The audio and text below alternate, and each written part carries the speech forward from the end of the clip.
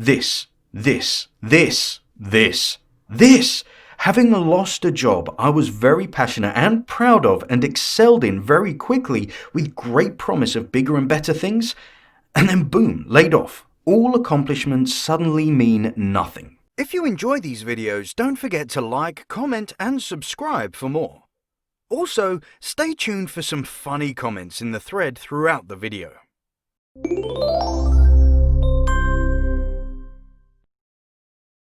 What is an adult problem you were not prepared for? The utter soul-crushing search for a job. Same.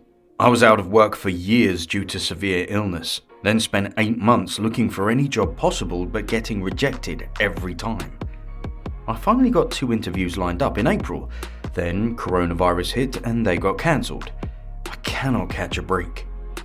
I recently graduated with my master's, and right as I started applying, Corona hit, and so all the places I was going to apply put in hiring freezes. I've been desperate, so I applied to Walmart, and I was rejected in less than 24 hours, so the hunt continues. I sincerely wish you luck in your job hunt. I have a PhD and have problems finding employment. You're not alone. I know many unemployed and underemployed PhDs, all STEM, mostly mathematicians, physicists, chemists, and astronomers. Hi, insert muffled sobbing. I've been rejected by a lot of supermarkets, mostly for being overqualified to stack shelves. Good luck on your job hunt too, and seriously, well done on getting your master's. You can always modify your resume for those types of positions, so don't appear overqualified. Remember, it's not lying, it's just leaving out irrelevant information. Same. I just wanted more than a year to be able to land a job. I decided to look for different opportunities rather than focusing on what I actually studied.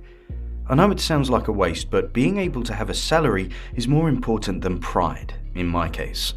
And the boomers who haven't needed to look for a job in decades telling you all completely wrong advice and deciding you're lazy and don't want a job when you try to tell them the job search process is completely different now than it was in 1960. I'm so tired of seeing this shit online. Millennial here. Boomers aren't responsible for everyday bad thing that happens to us. If you're really shitting on mummy and daddy, then just say that.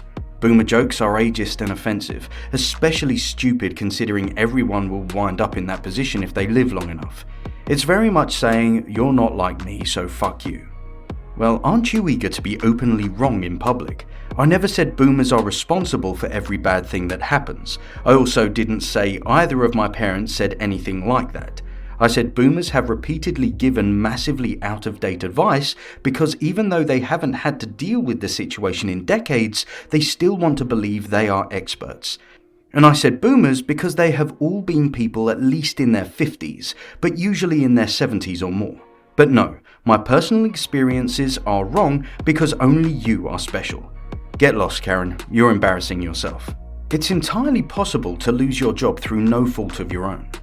Laid off last year when my company cut 273 positions and outsourced them instead. My kid was 5 months old at the time. I never felt more adult. Many people are bringing up being laid off, and that's a big one. But don't neglect the one that nobody ever prepared me for. You may get fired because your boss just suddenly decides they fucking hate you. Maybe they perceive you as a threat. Maybe you just happened to get caught in some kind of political issue that you had nothing to do with, but you're made a scapegoat. Many reasons. When this happened to me, it really fucked me up for a long time because I thought it was still somehow my fault and I was a failure. Now I know better and can help out the kids who are new to it. Been there, done that. It is a mistake thinking that showing the boss that you are a lot smarter than him during meetings will make him value you as an employee. That's all I've got to say about that. Goddamn, I am so goddamn sorry that happened to you. I totally relate. I lost everything. My husband managed a group home for adults with special needs. The first few months were great. He had a good staff and support from the company. Then it was bought out, and they implemented some new rules that had people quitting. My husband went from managing 1 house to 3, then 5, as other managers got fed up and quit. My husband's staff left one by one. There was a month in there that he was working so much he'd only come home once every about 3 or 4 days to shower and do laundry. He was sleeping a few hours a night in a chair in the middle of a duplex home that was supposed to have 2 managers but only had him, even overnight. Husband eventually went to boss and said he wanted to switch to hourly, so he'd be doubling his paychecks, but was told it was start on as manager or quit, so he asked for more staff. And time again, his boss claimed he was in the process of hiring more staff, just give it time. After about a month of that, he got mad and snapped at husband. Said if he thought hiring was so easy, he could do it and pointed him to the applications. So, husband did it. It took him 2 weeks, but he reviewed applications, interviewed, background checked, and stuff tested enough new hires to have a full schedule of people. He submitted those to the corporate office for full hire, and the HR manager told him no employment requests had come from their local office since they had acquired them. She processed the requests, and husband presented his boys with a full 2 months of schedules for the new hires, including commitments from all of them to start a mass training class the next week. He was fired on the spot. If you enjoy these videos, don't forget to like, comment, and subscribe for more. Also, stay tuned for some funny comments in the thread throughout the video. He came home and cried for about 2 hours, partially because I was 5 months pregnant, and I had been fired for that literally 2 days before. Company had less than 15 employees, so I had no protection, and he was scared, but also out of relief. Then he slept 17 hours straight while I took his calls from now former boss who had a crisis on his hands. When husband was fired, many of the few remaining employees he had working under him quit, and boss now had 3 houses with no staff at all, and the office staff were going to have to go in to take over unless he could convince husband and those other staff members to come back.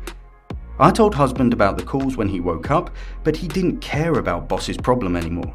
He got the job he had before that place back less than 30 hours after getting fired.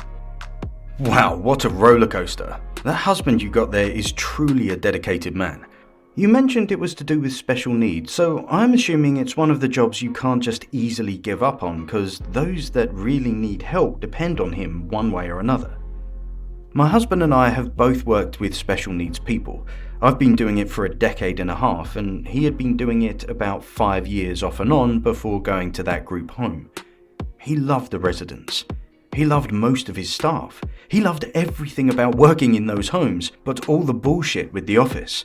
And that bullshit broke him so bad that as much as he loved that work, he never went back to it. He's a mechanic now. Cars have always been a passion, but they were his second passion behind helping others. But they became the first after all that happened. We have a special needs daughter he adores and dotes on, and helps people we know with physical disabilities quite often. If you need a ramp built to get a wheelchair into a house, you need say no more, and he's there. But he refuses to make it a career again. I got fired from a job when they learned I was gay.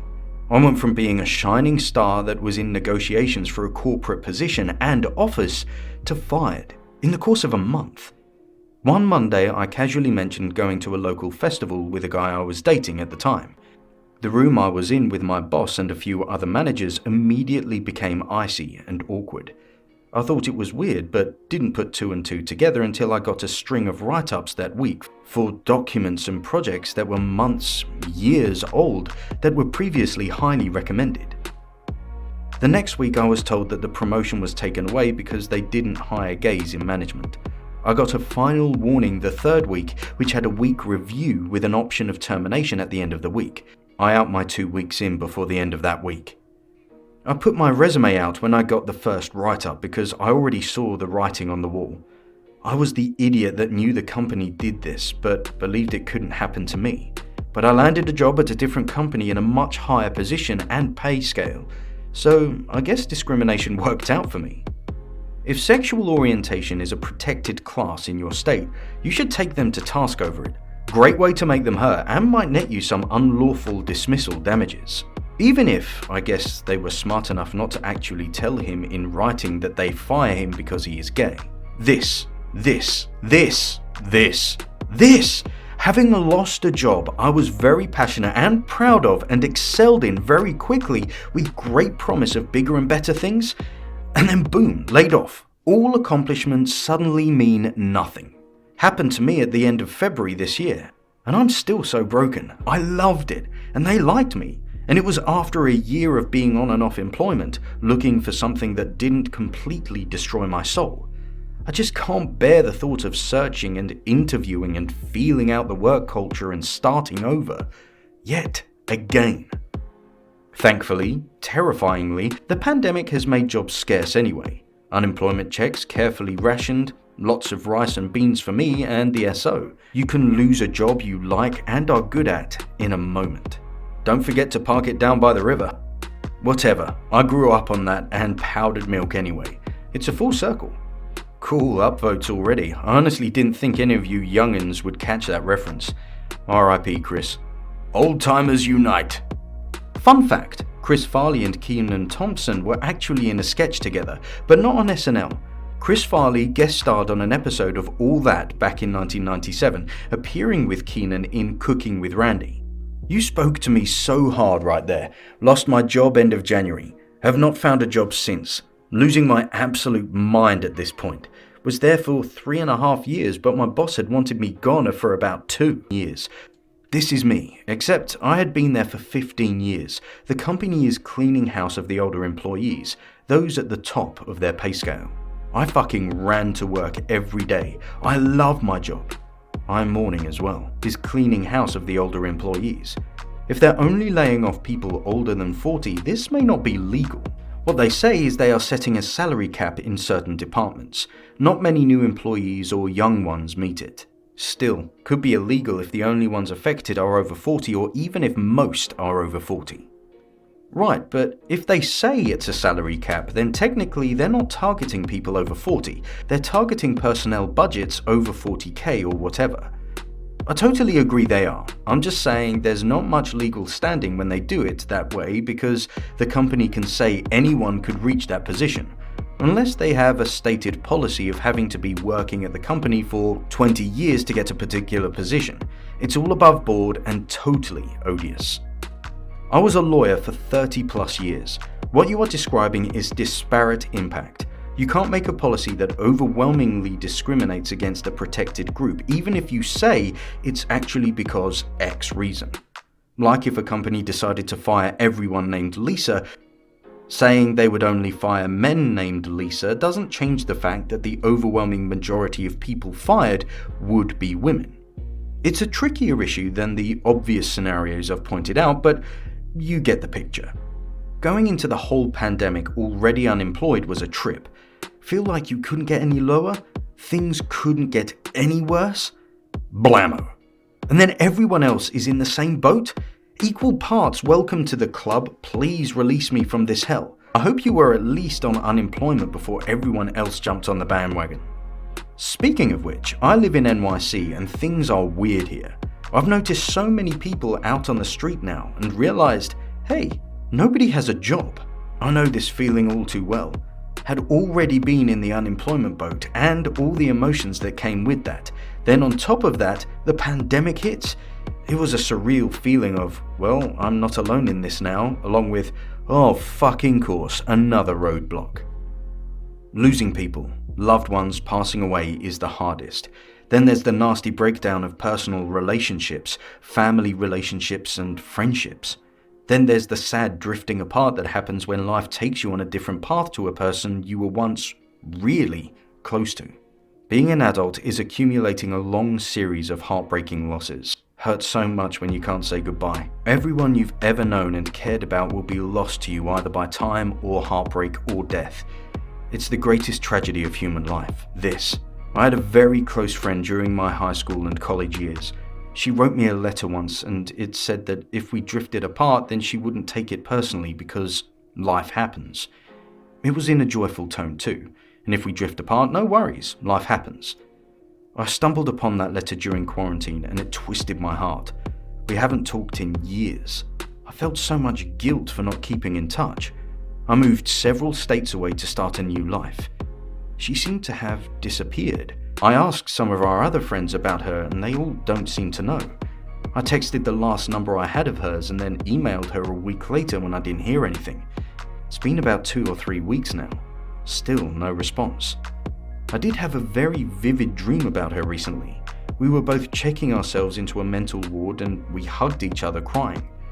She told me to give her time to respond and that I just need to wait. I don't know if that's my subconscious interpreting the situation in symbolic form, or if it was actually her reaching out to me through higher means that humanity still has yet to understand. I woke up almost crying, but at the same time my soul felt relieved knowing that she's still out there and will hopefully get back to me. Sorry for the long post. I didn't realize it would send me off an unloading about personal relationships deteriorating. If you read all of this, please reach out to your old friends. They miss you.